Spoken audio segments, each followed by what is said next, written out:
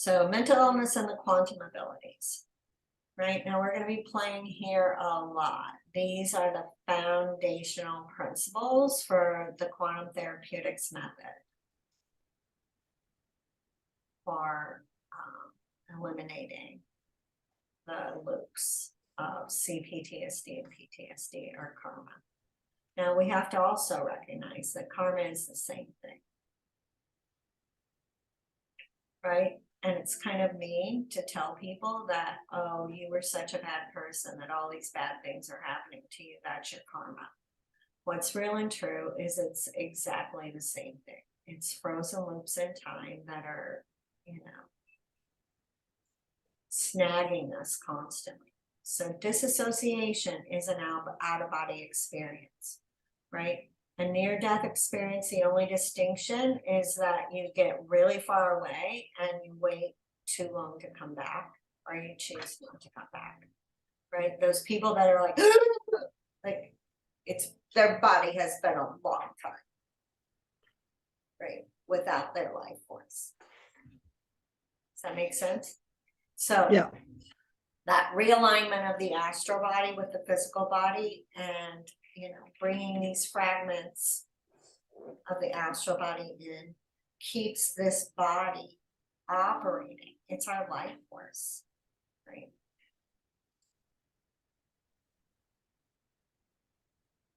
Now, unconscious quantum jumping, this is what they've been doing all along, right?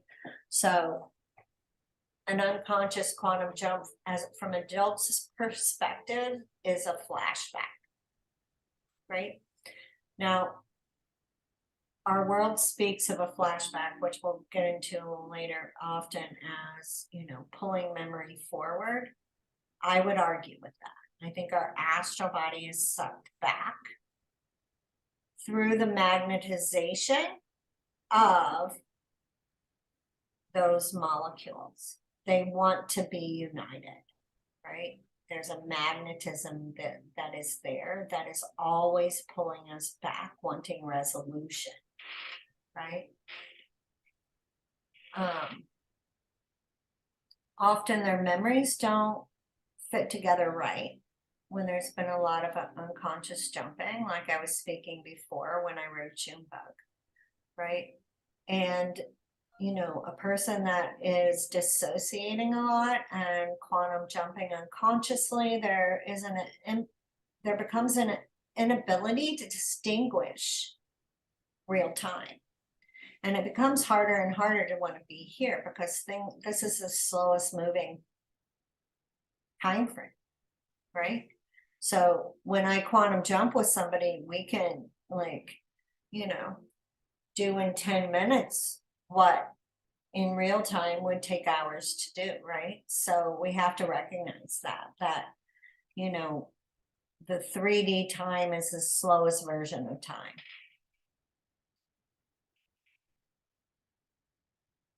Bending time, right? Now, Einstein talks about being able to bend time. I love Einstein, right? And to bend time means to travel from one point to another on the space continuum, right? So to bend time means that you can travel, right? That means that you can instantaneously be from one place to the other.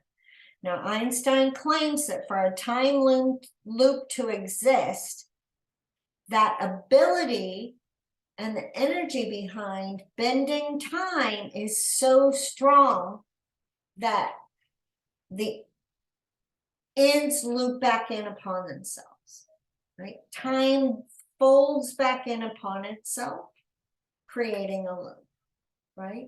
And the ends merge together and time runs underneath like a cyst in your butt, right? So when a person can't remember, that's legit, right? It has been, that chunk of time has been removed from their timeline. Make sense? yeah, it's very interesting. Yeah. Right? So you know, when Einstein's actually speaking to that, right, he's like, you know, with a force strong enough and pointed enough, we can loop time. All right. What is the most purest energy on the planet but a child? Right? You've got this little wizard. He doesn't have any limitations around what's possible. He's not attached to his body. He just got here. In his mind, he's thinking, it pretty much sucks here. Like, what the heck? Right? So that first action, he's going to leave his body. Then he's going to look down on that incident and he's going to go, whoa, like, you know, do I want to go back to that body? Do I want to go back into that moment? Right? How's tomorrow going to look? Now, this is how brilliant they are. Split second, right? How's tomorrow going to look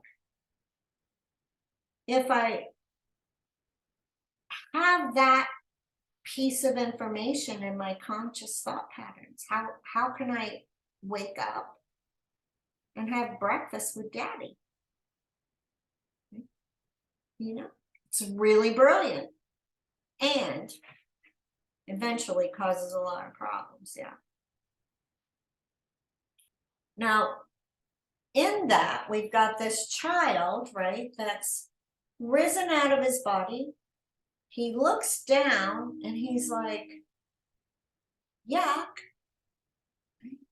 I'm going to tie that in a loop, right? And maybe I'm going to hop over a few frames and come down in a situation that's not quite so dire, right? So we say alternate timelines or parallel timelines are running all at the same time, right? Science, who knows and how do they know? But often they say, like, you know, there are 6 opportunities happening out in front of you. So a child starts feeling very legitimately like they don't belong or they have the wrong script, right? Often people will say that to me. I can remember very definitely feeling like,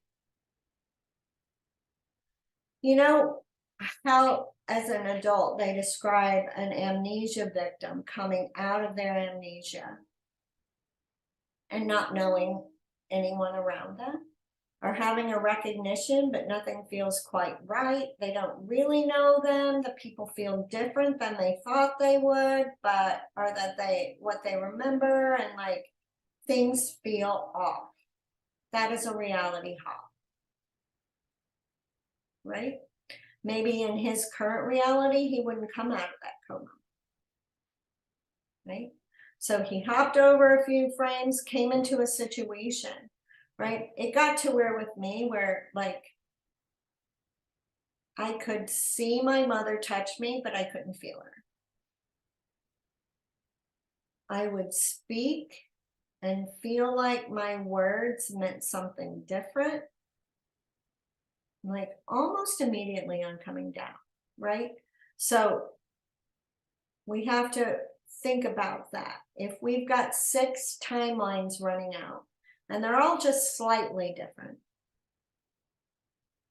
right?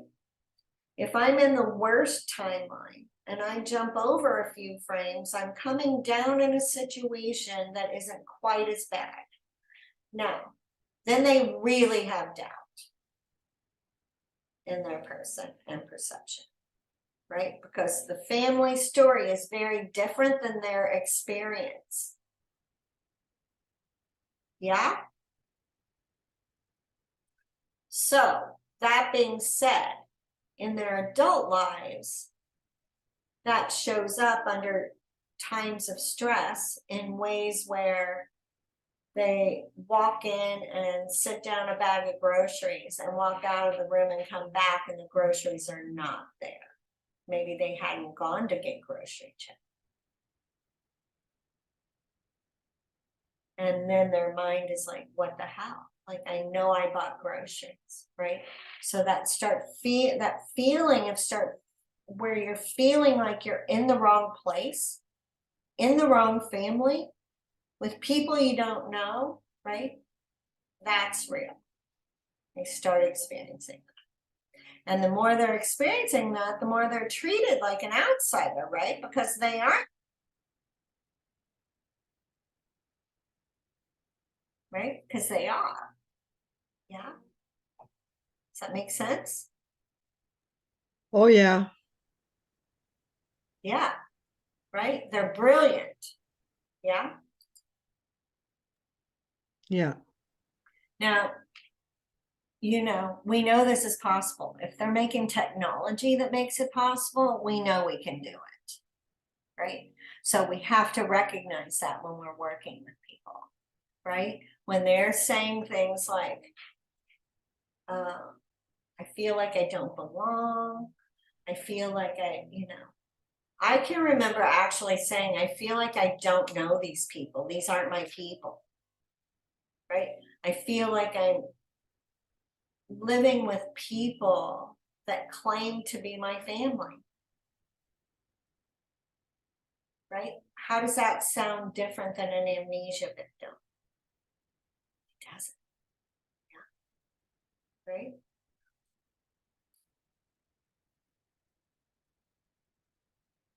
Now, DID.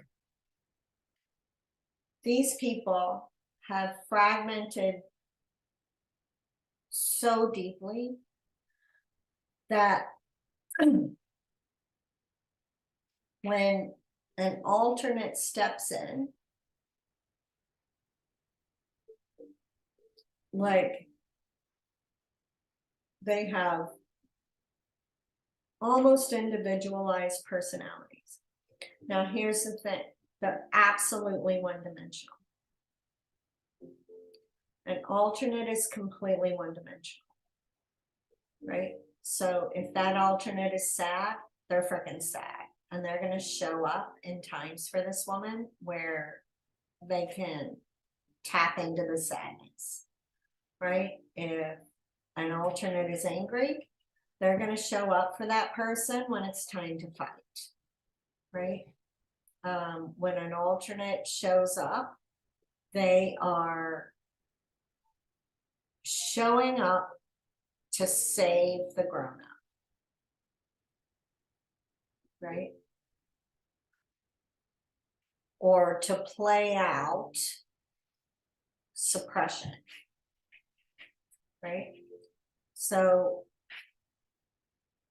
I had one client that was diagnosed with DID from I think at 17.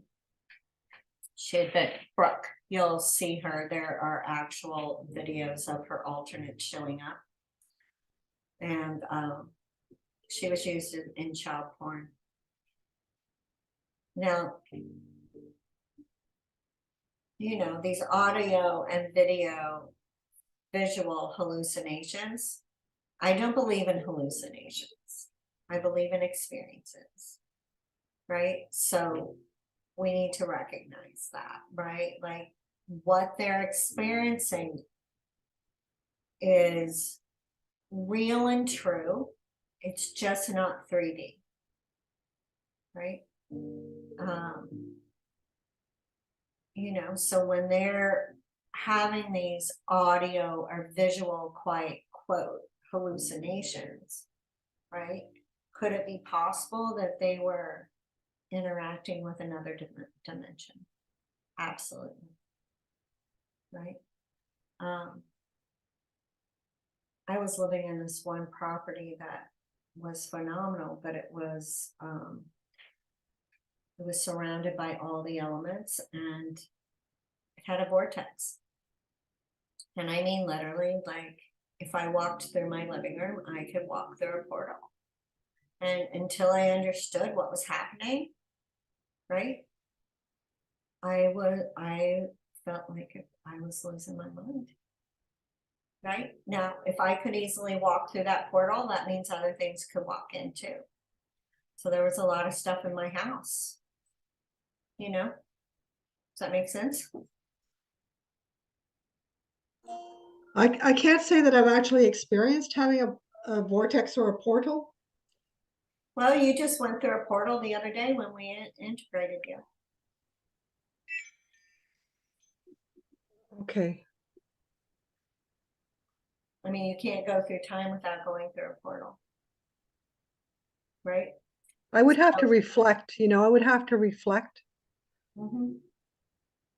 and just kind of ponder, you know, to Well, I see. think in that situation, it was happening to me so frequently because I was supposed to figure out what was going on, right? And, you know, I would literally like be so clear of like, all right, I've been carrying groceries in and I come in and there's no groceries.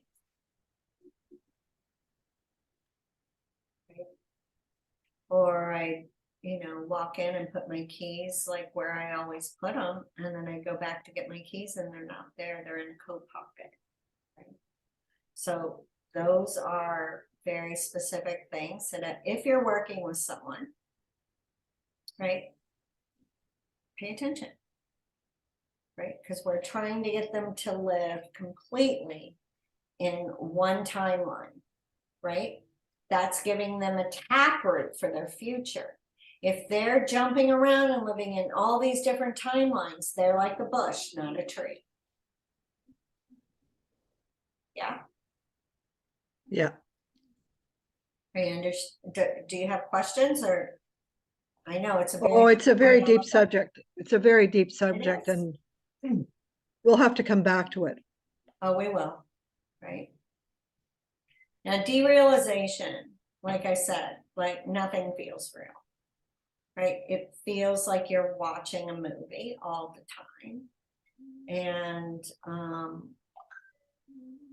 and you feel like if you do participate, you're in the wrong mood, right? Right. So these are very real things people feel, and they have labels for them, right? Yeah. And I think that, you know, without understanding, the more things open up, right? Science says everything's happening at one time. There is no yesterday. There is no tomorrow. There is no other dimensions. They're all happening right here, right? So when they're opening up and seeing that depth of information, right? Bringing them back to, but yeah, I get that. And you chose to be him. You chose to bring all that wisdom and knowledge here, right? In 2022 in real time, on this planet, you have the ability to do that, right? So we're not going to leave your body. We recognize nothing's more real than the other, but this is a game you chose to play. You chose to be a human, right? So let's be a fully realized magical human. And let's play the game full out, because you already know it isn't real. So why are you suffering? Right? You know, it is an interesting place to move them to. Right?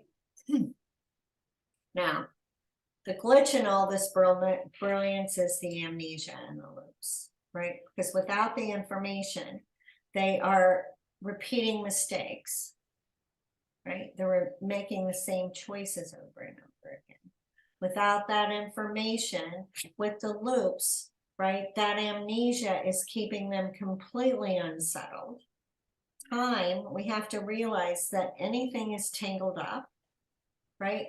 Start to finish becomes shorter and shorter and shorter, right? So all these loops, right, that have been pulled out of time are really making the space between today and 40 years ago very short. It's a very short jump, right? So as we start dismantling the loops, you're going to see time start to spread out, which starts to create a calm in their body, right? Because anything that's tangled up feels constraining. Time is tangled up, right? Now, ADD is a direct response to the fragmentation. Like To- they don't, to what? the fragmentation. It's a direct response to fragmentation, ADD, right? When you're fragmented, you're going to struggle to focus because, you know, if you've got 6 fragments, they're all thinking at once. They're all inserting information into your brain. They're all calling you to action. Yeah. They're all calling you to remember where they are.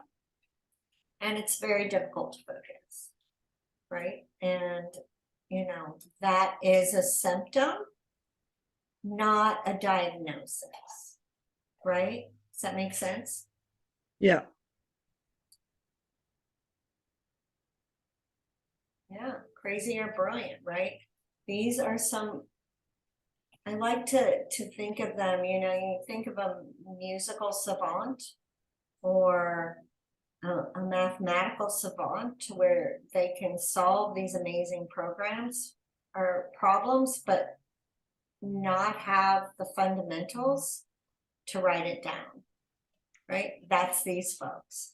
They have all these amazing quantum actions and have no awareness around how or why, right? Now, I do find that they know they're doing it, right? If I walk into the shelter and I ask how many of you are in your body, their hands would be down. How many of you know you leave your body? Their hands would go up, right?